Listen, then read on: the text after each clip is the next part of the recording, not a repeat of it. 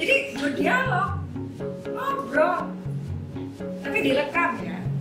Tapi minta izin ketika makan tuh minta izin, jangan ada diam-diam handphonenya atau rekamnya ditaruh di saku, taruh di tas. Jadi kita harus fair. Ada clear ethics, kita persetujuan, boleh nggak Mbak wawancara disiarkan? Karena penelitian ini mewawancara 5 informan, karena informan ini sudah mewakili data tentang keadaan. Jangan sebutkan, jangan dibuat analisis keterbatasan waktu, biaya, tenaga. Semua peneliti pasti punya keterbatasan waktu, biaya, dan tenaga. Udah jelas. Kita tuh nggak bisa untuk reach out. Bukan itu. Permasalahan apa di sini? Bisa. Perpecahan interapat. Perpecahan interapat.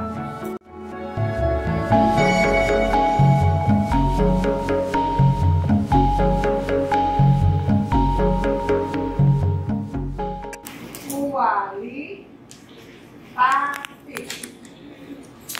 Analisisnya harusnya ada di ujung perkuliahan, ya. Praktek-praktek kita analisis. Tapi problemnya data dalam analisis kualitatif itu berupa 1. Teks, 2. Wawancara, dan asal dia bukan apa kalau Anda bilang bukan numerik. Mahasiswa kalau ya, yang dianalisis adalah hasil wawancara, yang dianalisis adalah hasil observasi, yang dianalisis adalah teks, wacana, foto, gambar, ya, semua yang bisa diobservasi, bisa ditangkap oleh panca indera, itu adalah data bagi peneliti kualitatif. Ya. Lalu yang saya jelaskan di sini, data kualitatif, maka metode analisisnya adalah dengan menggunakan metode interpretif. Wawancaranya adalah dengan informan. Informan nama lainnya adalah narasumber. Narasumber itu orang yang kalau Anda meneliti tentang orang-orang yang korupsi, maka Anda harus bisa melakukan wawancara dengan koruptor.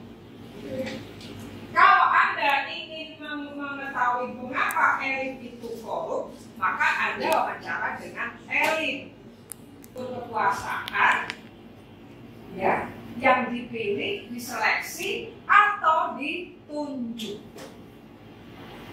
Karena pejabat-pejabat publik di Indonesia sebagian itu ada yang ditunjuk, ya, bukan semuanya dipilih. Cara adalah Anda bisa pakai dengan metode snowball. Kalau Anda sama sekali nggak tahu memulainya dari mana, menemukan orang yang termasuk pada elit koruptif, Anda boleh pakai snowball. Tapi saya beritahu bahwa tidak semua dalam mengumpulkan data kualitatif bisa menggunakan metode snowball. Tidak semua ya. Kalau Anda ingin wawancara, tahu bahwa ketika Anda melakukan menerapkan metode snowball itu ada biasnya, ada kesalahan fatalnya. Karena kalau Anda pakai snowballing berarti informannya harus homogen. Ini yang jarang orang paham. Digeruduk kayak pakai snowballing. Kalau informannya homogen, tak boleh. Anda wawancara dengan elit, ya udah wawancara dengan elit, jangan pakai snowballing, nggak boleh. Paham ya? Hati-hati ketika menggunakan metode snowballing. Mahasiswa di politik wawancaranya secara mendalam. Metodenya adalah dengan wawancara semi berstruktur.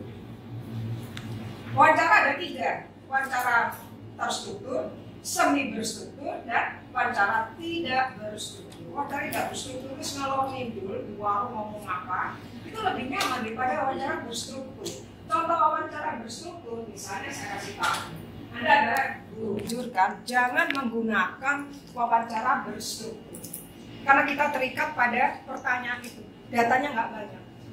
Tapi kalau semi berstruktur, itu lebih enak, lebih fleksibel. Ya, jadi Anda bawa pedoman boleh-boleh, ya, karena Anda masih belajar sebagai peneliti pemula, peneliti junior. Saya nanya ke dia, Mbak, namanya siapa? Namaku siapa? Coba latihan. Oh, memang asalnya mana? Asalnya Dari berita. Oke. Kenapa kerja di Mas Dion? Kenapa jadi guru, Mbak? Mbaknya lulusan apa? Jadi berdialog, ngobrol, tapi direkam ya. Tapi minta izin, ketika rekam tuh minta izin. Jangan Anda diam-diam handphonenya atau perekamnya ditaruh di saku, taruh di tas. Jadi kita harus fair. Ada clearance ethics, minta persetujuan. Boleh nggak, Mbak, wawancara ini saya rekam? Boleh nggak saya ambil fotonya? Gitu ya, minta izin ya. Jangan asal merekam, jangan, nggak boleh. Harus ada keterbukaan. Jadi kalau kita wawancara semi berstruktur itu lebih fleksibel, data lebih banyak, nggak kaku, informannya tuh nggak takut gitu loh ya. Nggak kayak ditodong interview gitu, kayak interview kerja nggak, bisa ketawa. Mbak, enak nggak? Pengalaman Mbaknya ikut demo gimana? Skripsi Anda? Ya. Karena penelitian ini wawancara 5 informan, karena informan ini sudah mewakili data tentang itu aja. Anda kan jangan sebutkan, jangan dibuat analisis. Keterbatasan waktu, biaya, tenaga. Semua peneliti pasti punya keterbatasan waktu, biaya, dan tenaga. Udah jelas. Hindari argumentasi itu. Tulis 5 orang, 3 orang, 10 orang, karena ini sudah cukup memadai untuk menjelaskan pokok persoalan riset ini. Itu ya Mas ya. Tentang perlawanan orang miskin, itu berapa penelitian yang meneliti tentang persoalan representasi, berapa penelitian yang meneliti tentang aksi mogok buruh, berapa penelitian. Itu state of the art. Anda bisa ngambil dalam negeri, bisa ngambil yang di luar negeri. Boleh. Ya.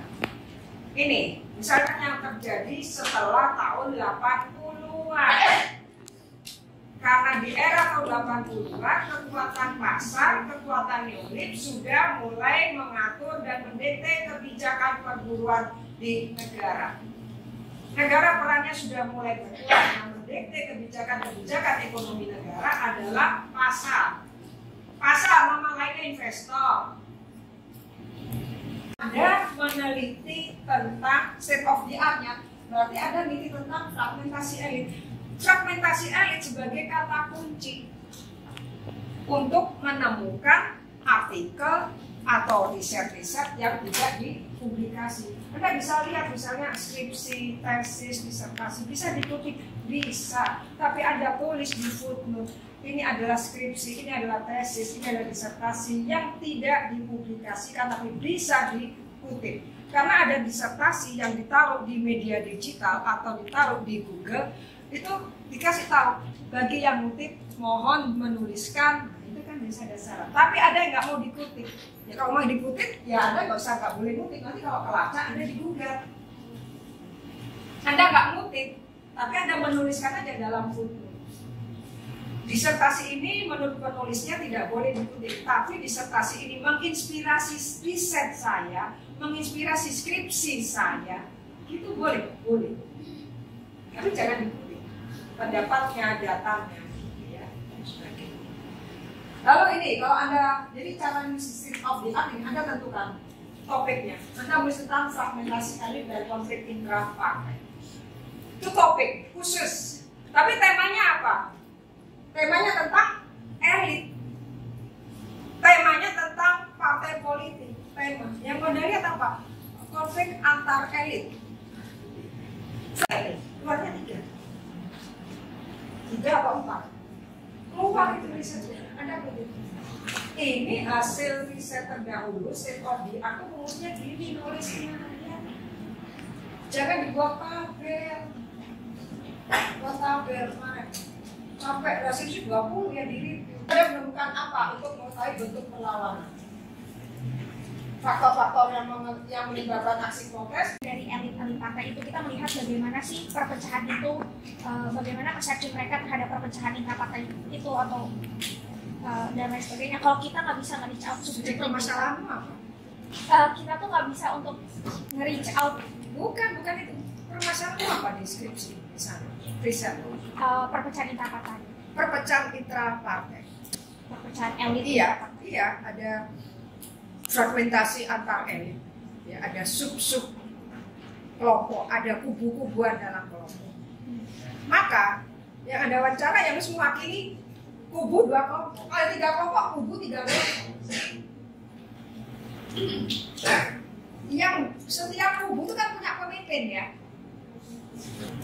Jadi kalau Anda bilang di partai PDI P, kubunya Bambang Pacul, 3 kubunya Ganjar, 4 kubunya Jokowi.